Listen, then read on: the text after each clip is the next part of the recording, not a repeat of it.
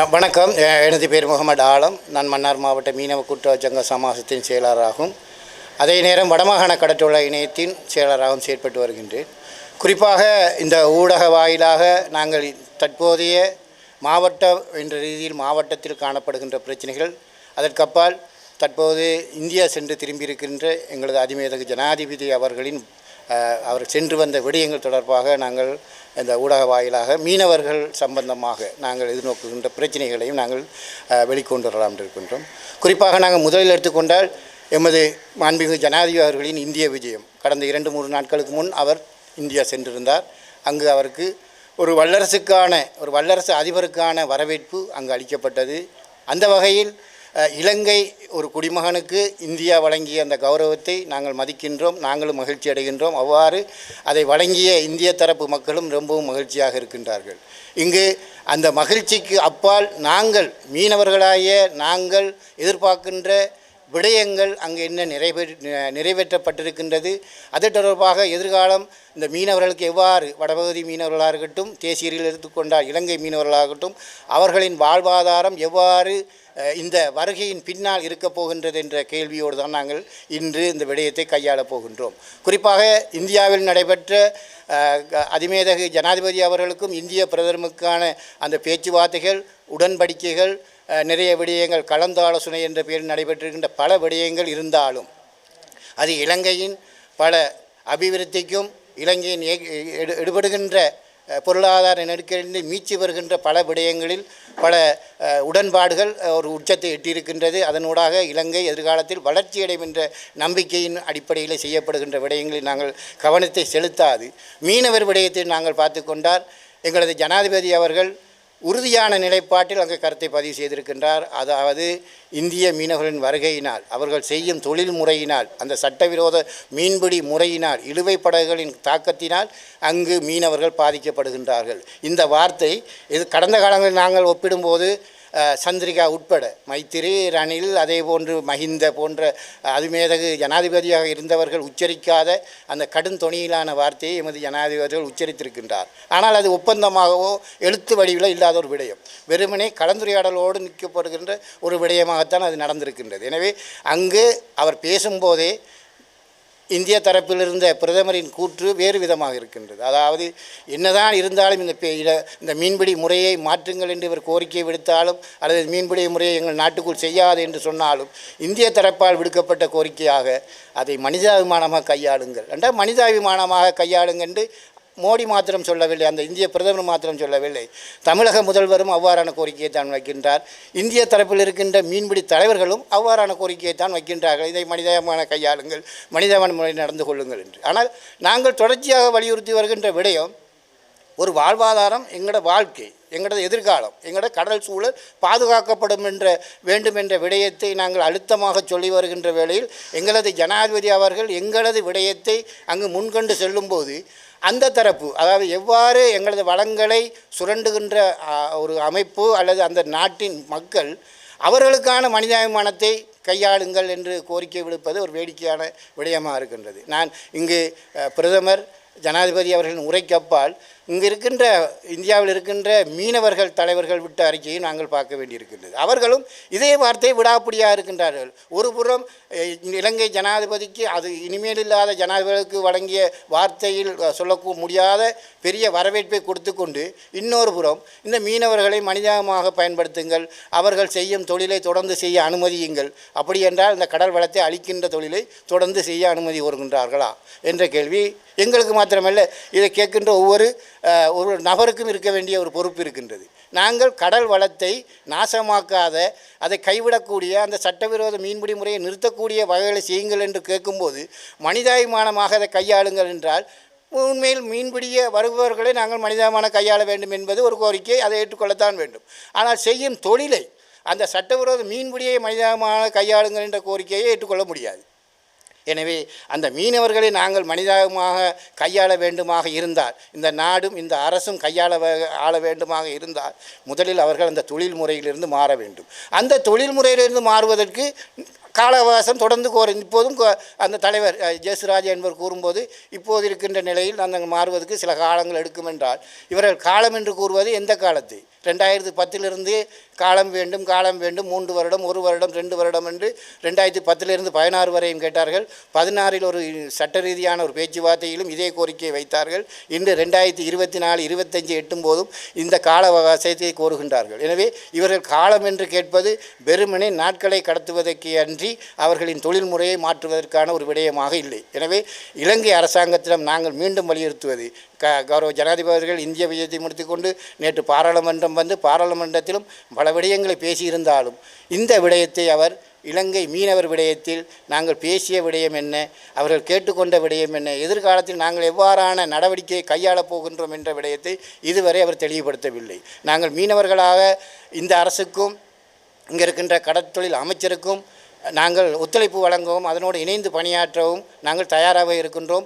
எங்களது வாழ்வாதாரம் நிலைக்கும் என்ற நம்பிக்கை வரும் பட்சத்தில் தவறுதலாக அல்லது எங்களை கண்டுகொள்ளாமல் இந்த அரசும் கடந்த அரசாங்கங்கள் போல் எங்களை கைவிடுமாக இருந்தால் அல்லது கண்டுகொள்ளாத சமூகமாக எங்களை கைவிடுவார்களாக இருந்தால் நாங்கள் கடந்த காலத்தில் மேற்கொண்ட பல நடவடிக்கைகளை இந்த அரசுக்கும் எதிராகவும் நடக்க வேண்டி வரும். குறிப்பாக போராட்ட வாயிலாக அல்லது எங்களது தொழிலை மறித்து அதனூடாக அரசுக்கு ஒரு அழுத்தத்தை கொடுக்க வேண்டிய ஒரு சூழ்நிலையை இவர்கள் தள்ளிவிடுவார்கள். எனவே தயவு செய்து நாங்கள் இந்த ஊடக வாயிலாகவும் நாங்கள் இதை கேட்டுக்கொண்டிருக்கின்ற மக்களின் அல்லது மக்கள் பிரதிநிதியாக இருக்கின்ற பாராளுமன்ற உறுப்பினர்களுக்கும் நாங்கள் இவ்வாறான ஒரு வேண்டுகோளை வைப்பது, எங்களது பிரச்சனைக்கு ஒரு தீர்வை தாருங்கள். நாங்கள் மீனவர்களோடு முரண்பட தயாராக இல்லை. தமிழக மீனவர்களோடு நாங்கள் முரண்பட தேவையும் இல்லை. அரசு உருவாக்கி இருக்கின்ற சட்டத்தை 100% நடைமுறைப்படுத்தினாலே அதுக்கான வெற்றி இந்த வடமாகாண மீனவர்களுக்கு கிடைத்துவிடும். எனவே அரசிடம் நாங்கள் கோருவது ஒரு விடயம்தான், சட்டத்தை உருவாக்கிய நீங்கள் சட்டத்தை நடைமுறைப்படுத்துங்கள். அதுக்கு பாதுகாப்பு தரப்பு தனது முழுமையான 100% ஒத்துழைப்பை வழங்குமாக இருந்தால் இந்திய மீனவர்கள் எங்கள் எல்லையை தாண்டுவது நிறுத்தப்பட 100% வாய்ப்பு இருக்கின்றது. இதுக்கப்பால் அதை பேச்சுவார்த்தை அல்லது மனிதாபிமானம் என்று பேசிக்கொண்டு காலத்தை கடத்துவதால் இங்கு இருக்கின்ற பிரச்சினை ஒரு புரையோடி போன புண்ணாகை மாறுமே தவிர தீர்வான ஒரு விடயமாக மாறாது என்பதை தெரிவித்துக் கொள்கின்றேன். நானும் பார்த்தேனதே எக்கனாமிக் டைம்ஸ் என்ற பத்திரிகைக்கு கொடுத்த பிரத்யேக பேட்டியிலேயே ஜனாதிபதி அவர்கள் அவ்வாறான கருத்தை பதிவு செய்திருக்கின்றார். என்னவென்றால் அதானி குழுமத்தோடு சேர்ந்து பணியாற்ற நாங்கள் தயாராக இருக்கின்றோம் என்று. அது இனி வரக்கூடிய, அதாவது நிறைய விடயங்கள் இதில் இருக்கின்றன. மன்னாரில் அமைக்கப்படக்கூடிய காற்றலை மின்சாரம், இப்போ சம்பூரில் ஒரு காற்றலை மின்சாரம் அமைப்பதற்கான ஒரு ஒப்பந்தம் செய்யப்பட்டிருக்க அறிகிறோம். அதற்கப்பால் கொழும்பில் இருக்கின்ற துறைமுக முனைப்பகுதி அபிவிருத்தி என்ற போர்வையில் நீண்ட ஒரு பெரிய திட்டங்களூடாகத்தான் அது பேசப்பட்டிருக்கின்றது. உண்மையில் நாங்கள் மன்னார் மாவட்டத்தை எடுத்துக்கொண்டால் மன்னார் மாவட்டத்தில் நடைமுறைப்படுத்த கொண்டிருக்கின்ற திட்டங்களை விட நடைமுறைப்படுத்த எத்தனிக்கின்ற திட்டமாக அதானி குழுமத்தின் இந்த காற்றலை மின்சார கோபுரம் அமைத்த திட்டம் இருக்கின்றது. இது மன்னார் தொடக்கம் பூநகரி ஊடாக யாழ்ப்பாணம் நோக்கி போகின்ற அந்த வடபகுதியை நோக்கிய அந்த காற்றலை மின்சார கோபுரங்கள் அமைப்பது. எனவே நீண்ட திட்டங்களை அவர்கள் கையாண்டிருந்தாலும் இந்த அதானி குழுமத்தை பற்றி நீண்ட விமர்சனங்கள் வெளிநாடுகளிலும் இந்தியாவிலும் இருக்கின்றது. ஆனால் அதனை நாங்கள் பொருட்படுத்த வேண்டிய தேவையில்லை என்பதுதான் ஜனாதிபதியின் அந்த ஊடக வாயிலான கருத்தின் கூடாக அறியக்கூடியதாக இருக்கின்றது. யார் எதை சொன்னாலும் நாங்கள் அதானியோடு இணைந்து பணியாற்ற தயார் என்ற சிந்தனையில் இன்று இலங்கை வந்திருக்கின்றது. ஆனால் இதே வார்த்தையை கடந்த காலத்தில் ரணில் அவர்கள் மேற்கொண்ட போது இந்த கட்சிகள், அதாவது இப்போது இருக்கின்ற என்பிபி கட்சி தான் முழுமையாக அதை ஏற்றுக்கொள்ள முடியாது என்று விமர்சித்த ஒரு தலைமைத்துவம் இன்று அதானியோடு சேர்ந்து பயணிக்க தாங்கள் தயார் என்று கூறியிருப்பது அவர்களின் அரசியலின் அதாவது ஏலாத்தன்மையை காட்டுகின்றது. அதாவது அரசியலுக்கு முன்னர் ஒரு கதை பின்னர் ஒரு கதை என்ற கருத்தை தான் இங்கு வலியுறுத்துகின்றது. குறிப்பாக மன்னார் மாவட்டத்தில் எவ்வாறான திட்டமாக இருந்தாலும் அதை மீனவர்களுக்கும் அந்த வாழ்கின்ற மக்களுக்கும் பாதிப்பாக இருக்குமா இருந்தால் நாங்கள் நிச்சயமாக அதனை எதிர்ப்போம். இன்று காற்றலை மின்சாரம், மணல் அகழ்வு போன்ற திட்டங்கள் இன்னும் நடைமுறைப்படுத்தப்பட்டு கொண்டிருக்கின்றது. அதை தடுத்து நிறுத்திய பாடவில்லை. எனவே அதானி குழுமத்தோடு ஒப்பந்தம் செய்து மீண்டும் இந்த திட்டத்தை இங்கு கொண்டு வருவாக இருந்தால் நாங்கள் நிச்சயமாக எங்களது எதிர்ப்பை அங்கு பதிவு செய்வோம். குறிப்பாக இந்த வடமாகாண கடற்துறை இணையத்தின் செயலாளராக இருக்கின்றபடியாக நான் இந்த விடயத்துக்கு பதில் சொல்ல வேண்டிய பொறுப்பும் இருக்கின்றது. நாங்கள் கடந்த மாதம் 22ஆம் தேதி கௌரவ கடற்துறை அமைச்சரை வடமாகாணத்தில் இலங்கையிலே முதல் முறையாக அவரை கௌரவித்து வரவேற்று பொன்னாடை அணிவித்து மாலை அணிவித்து அவருக்குரிய மரியாதையை வழங்கி அவரிடம் நாங்கள் வடபகுதி மீனவர்கள் முகங்கொடுக்கின்ற கடந்த காலத்தில் நடந்திருக்கின்ற தவறுகள் முகங்கொடுக்கின்ற பிரச்சனைகள் தொடர்பான ஒரு ஆவணத்தை கையளித்திருந்தோம். முழுமையாக பெற்றுக்கொண்டு இந்த இந்திய மீனவர் விஷயம் அதில் அடங்கும். நிறைய விடயங்களுக்கு அவர் பதிலும் தந்திருந்தார். அவ்வாறான வேளையில் நாங்கள் மன்னாருக்கான அழைப்பையும் நான் அழைத்திருந்தேன். குறிப்பாக இன்று வரை அந்த அழைப்பை அவர் கண்டுகொள்ளவில்லை. ஏனெனில் நிறைய விடயங்கள் வெள்ளம் அது என்று நிறைய விடயங்கள் நடந்திருந்தாலும் ஏனைய மாவட்டங்களுக்கும் ஏனைய மீனவர்களை சந்தித்த கடற்துறை அமைச்சர் மன்னார் மாவட்டத்துக்கு இன்னும் வருகை தரவும் இல்லை, மீனவர்களை சந்திக்கவும் இல்லை. அழைப்பு விடுத்தது அவ்வாறே இருக்கின்றது. இங்கு ஒரு விடயத்தை மீண்டும் பதிவு செய்வதாக இருந்தால், கடற்றொழில் அமைச்சர் உண்மையிலேயே அவரின் அந்த கடற்றொழில் நடவடிக்கையிலிருந்து மாறி வேறு எதுவும் செய்கின்றாரா என்ற கேள்வியும் இருக்கின்றது. அதாவது அவருக்கு கொடுக்கப்பட்ட துறை கடற்தொழில் சார்ந்த பிரச்சனையை கையாள்வதற்கு. ஆனால் இன்று வரை அவர் அது தொடர்பாக நாடாளுமன்றத்தில் கதைக்கவில்லை என்ற ஒரு விமர்சனம் இருக்கின்றது. அதற்கப்பால் அவரிடம் கொடுக்கப்பட்ட பொறுப்புகளிலிருந்து அவர் சற்று விலகி தனது மாவட்டத்தையும் தனது எங்கு தான் பிறந்த மாவட்டத்தை பிரதிநிதித்துவப்படுத்தி பேசிக் கொண்டிருக்கிறார். வடமாகாணத்தில் அவர் பிரதிநிதியை தவிர அவர் தன்னை வேறொரு மாவட்டத்தின் பிரதிநிதியாக வேறொரு மாவட்டத்தின் மகனாக குடிமகனாக ஊடகங்களில் நான் கதைத்த பார்த்திருக்கிறேன். எனவே அவர் இன்று வடமாகாணத்துக்குரியவர். உண்மையாக மீன்பிடி என்பது தேசிய ரீதியில் வழங்கப்பட்டிருந்த அந்த பொறுப்பு வடமாகாணத்தில் இருக்கின்ற அந்த அமைச்சை கொடுத்திருப்பதால் வடமாகாணத்தில் அவர் 90% அந்த மக்களின் பிரச்சனையை அறிந்தவராக இருக்க வேண்டும். அவ்வாறு அறிந்திருந்தும் அதை கண்டுகொள்ளாமல் இருப்பது இங்கு வேடிக்கையாக இருக்கின்றது. அதை நாங்கள் எதிர்காலத்தில் எவ்வாறு அதை சரி செய்யலாம் என்று பார்க்கலாம். எனது பெயர் ஆண்டனி சங்கர். நான் வடமாகாண இணையத்தின் மன்னார் மாவட்ட பிரதிநிதியாக செயற்படுகின்றேன். தற்போது எமது நாட்டிலே ஏற்பட்ட இந்த அனர்த்தங்களால் மீனவர்கள் மிகவும் பாதிக்கப்பட்டு எந்தவித இழப்பீடுகளும் கிடைக்காமல் மிகவும் அவதியுற்ற நிலையில் இருக்கிறார்கள். மீனவர்களுக்கான நிவாரணமாக எரிபொருள் மானியம் வழங்கப்படும் என்றார்கள். ஆனால் அந்த மானியம் மண்ணெண்ணெய் கொள்வனவு செய்கிற அந்த பில்லுகளின் அடிப்படையிலே வழங்கப்படும் என்றார்கள். ஆனால் விவசாயிகளுக்கு ஏற்பட்ட பாதிப்புக்கு அந்த விவசாயிகளுக்கு எந்தவித பரிசீலனையும் இல்லாமல் வழங்கப்படுகிறது. மற்ற கடலில் நடைபெற்ற இழப்புகள், மீனவர்கள வலைகள் இழப்புகளில் மீனவர்கள் தொழிலுக்கு விடும்போது தான் சென்று பார்க்கலாம். ஆனால் புயல் காலங்களிலே தொழிலுக்கு செல்ல வேண்டாம் என்று தடுத்த போது அந்த ஆழ்கடலிலே தொழில் செய்த மீனவர்கள் கடலுக்கு செல்லாமல் இருந்து பிறகு ஒரு நிலைமை சீராக வரும்போது தான் கடலுக்கு சென்று தங்களது வலைகளை பார்த்தார்கள். அந்த வேளையில் ஏற்பட்ட இழப்புகள் சம்பந்தமாக போலீஸிலே பதிவுடையோ அல்லாட்டி மாவட்ட கடத்தலுக்கு போய் பதிவு செய்ய போகும்போது அதெல்லாம் தாங்கள் முடித்து விட்டோம் என்ற நிலை ஏற்படுகிறது.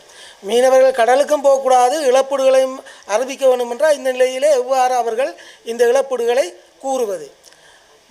கடத்தொழில் அமைச்சர் யாழ்ப்பாணத்திலே உள்ள ஒவ்வொரு கிராமங்களுக்கும் போய் அந்த வெள்ள நிவாரணங்களை பார்த்து அதற்கான வெள்ள நிவாரணங்கள் வழங்குவதற்கான நடவடிக்கைகள் எடுத்தார். ஆனால் எமது மன்னார் மாவட்டத்துக்கான அழைப்புதலை அவருக்கு கொடுத்தபோது அவரால் இன்னும் மன்னாருக்கு வர இயலாத காரணம் என்னவென்று தெரியவில்லை. இந்த முறை பாராளுமன்றத்துக்கு தெரிவு செய்யப்பட்ட ஒவ்வொரு மலையக பாராளுமன்ற உறுப்பினர்களும் தங்களது பாராளுமன்ற உரையிலே அந்த மாவட்டத்துக்கு தேவைகள், அந்த மாவட்ட பாதிப்புகள் பற்றித்தான் தங்களது உரைகளை வழங்கினார்கள். ஆனால் எமது கடத்தொழில் அமைச்சரும் சரி, எமது வடமாகாண பாராளுமன்ற உறுப்பினர்களும் சரி, இந்த மீனவர்களுக்கு ஏற்படுகின்ற பாதிப்பு, இந்திய எழுவப்படுவதனாலே ஏற்படுகின்ற அந்த பாதிப்புகள் பற்றிய எந்தவித அக்கறையுமின்றி எந்தவித சொற்பொழிவும் மாற்றாதது வடபகுதி மீனவர்களின் மனங்களை புண்படுத்துகின்றது. எனவே இப்பொழுது இருக்கின்ற கடத்தொழில் அமைச்சரால் எங்களுக்கான நிவாரணங்கள் கிடைக்கப்படுமாங்கிறது ஒரு கேள்விக்குறியாக இருக்கிறது. ஏற்கனவே இரு அரசாங்கங்களும் சேர்ந்து 6 கட்ட பேச்சுவார்த்தைகள் நடத்தியுள்ளன. அந்த 6 கட்ட பேச்சுவார்த்தையிலும் என்ன இடம்பெற்றது என்பது இதுவரைக்கும் எமது வடபகுதி மீனவர்களுக்கு எதுவுமே தெரியாது. ஆனால் பேச்சுவார்த்தைகள் நல்ல விதத்திலே நிறைவேறி இருக்கிறது, மீனவர்களுக்கான நல்ல முடிவுகள் கிடைக்கும் என்று சொல்கிறார்கள். ஆனால் எமது நாட்டின் ஜனாதிபதியும் இந்தியா சென்று தன்னுடைய பேச்சுவார்த்தைகளை முடித்து வந்துள்ளார். ஆனால் இதில் 7ஆம் கட்ட பேச்சுவார்த்தைகள் எப்படி ஆரம்பிக்கும் என்று தெரியவில்லை. அது இரு அரசாங்கத்துக்காக இருந்தாலும் சரி, அந்த இரு அரசாங்கங்களோடு சேர்ந்து எங்களுடைய மீனவர்கள் பங்கு பெற்றுவதாக இருந்தாலும் சரி, அதற்கான கருப்பொருளாக இந்திய இழுவப்படகு எமது கடலிலே தொழில் செய்யாது என்ற அந்த கருப்பொருளை வைத்தால்தான் வடபகுதி மீனவர்கள் அந்த பேச்சுவார்த்தையில் ஈடுபடுவார்கள். அதை விட்டு ஒவ்வொரு முறையும் அவர்கள் கேட்கின்ற போது அந்த கால அவகாசங்களை கொடுத்து நாங்கள் இன்னும் மடத்தனமாகவும் பேயராகவும் ஆக விரும்பவில்லை. ஏனென்றால் ஒரு காலத்திலே வடபகுதியிலே இருந்து இலங்கையிட மீன் தேவைகள் 47% வடபகுதி மீனவர்களால் தீர்க்கப்பட்டது. ஆனால் இன்று அதே தேவையை வந்து 17 வீதம் மட்டும்தான் எங்களால் தீர்க்கக்கூடியதாக இருக்கிறது. அப்போ இந்த குறிப்பிட்ட காலத்துக்குள்ளேயே 30 வீதத்துக்கு நாங்கள் பின்னடைந்திருக்கின்றோம். இன்னும் இவர்களை விடும்போது வடபகுதி கடலில் மீன் இருக்குமா என்ற ஒரு நிலை ஏற்படும். அந்த மீன் மட்டுமல்ல, எங்களுடைய வலைகள், மீனவர்களுடைய வலைகளை வந்து அவர்கள் சூறையாடி எல்லாத்தையும் பீத்து எங்களை பர்மக்கோட்டுக்கு கீழ் இன்னும் தள்ளி கொண்டு இருக்கிறார்கள். எனவே இந்த நிலையிலிருந்து நாங்கள் விடுபட வேண்டும் என்றால் இந்த வடபகுதிக்கு கடல் பகுதியில் வருகின்ற இந்த இழுவப்படகுகள் முற்றாக நிறுத்தப்பட வேண்டும். அதாவது ஒரு நாளைக்கு 2500 படகுகள் என்றால் வாரத்திலே 3 நாள் என்றால் 7500 படகுகள் எங்களுடைய தென்பகுதி கடலிலும் வடபகுதி கடலிலும் நம்முடைய கடலை சூறையாடுகிறது. எனவே இந்த சூறையாடலிலிருந்து எங்களை இந்த அரசாங்கமாவது முற்று முழுதாக காப்பாற்றி எங்களுடைய மீனவர்களுக்கான எதிர்காலத்தை ஒரு சுபிட்சமான முறையில் அமைத்து தரும் என்ற ஒரு நோக்கத்தோடு தான் இந்த முறை வடபகுதியிலும் அந்த NPP கட்சியை வெற்றியடைய செய்தார்கள். ஆனால் மீண்டும் எங்களை மனஸ்தாபப்பட வச்சு இனி வருகின்ற உள்ளூராட்சி தேர்தல்கள், வடமாகாண தேர்தல்களிலே அந்த கட்சியை நாங்கள் புறக்கணிக்கிற அளவுக்கு வைக்காமல் எங்களுடைய தேவைகளை, எங்களுடைய பாதிப்புகளை நிவர்த்தி செய்து தரும்படி கேட்டு நிற்கின்றோம். ஜே ஜோகராஜ், மன்னார் மீனவ கூட்டுச்சங்க பிரதேச சமாச தலைவர், இணையத்தின் நிர்வாக உறுப்பினர். இன்று மன்னார் மாவட்டத்தில் நடக்கின்ற மீனவர்களுக்கான படுமோசமான நடவடிக்கைகள் இந்த அரசாங்கத்திலும் நடக்கின்றது என்பதனை முதலிலே நான் கூறிக்கொள்ள விரும்புகின்றேன். குறிப்பாக கடந்த காலத்தில் கடந்த அரசாங்கத்தினால் வில்லங்கத்தில் அபிவிருத்தி என்ற போர்வையில் இங்கே போடப்பட்ட காற்றாலை மின்சாரங்கள்,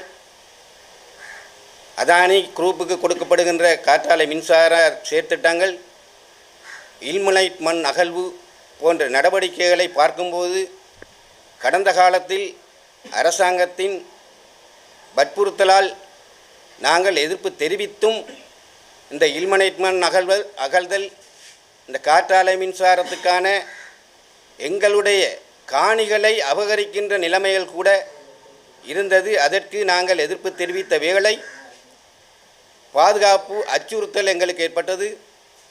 அதே போன்ற ஒரு செயற்பாடு இந்த அரசாங்கம் வந்த பிறகும் ஒரு 2 கிழமை 3 கிழமைக்கு முன்பு இல்மனைட் மண் அள்ளுவதற்காக ஓலத்தொடுவாய்க்கு வந்திருந்தார்கள். இந்த ஓலத்தொடுவாய் மக்கள் அதற்கு எதிர்ப்பு தெரிவித்தார்கள்.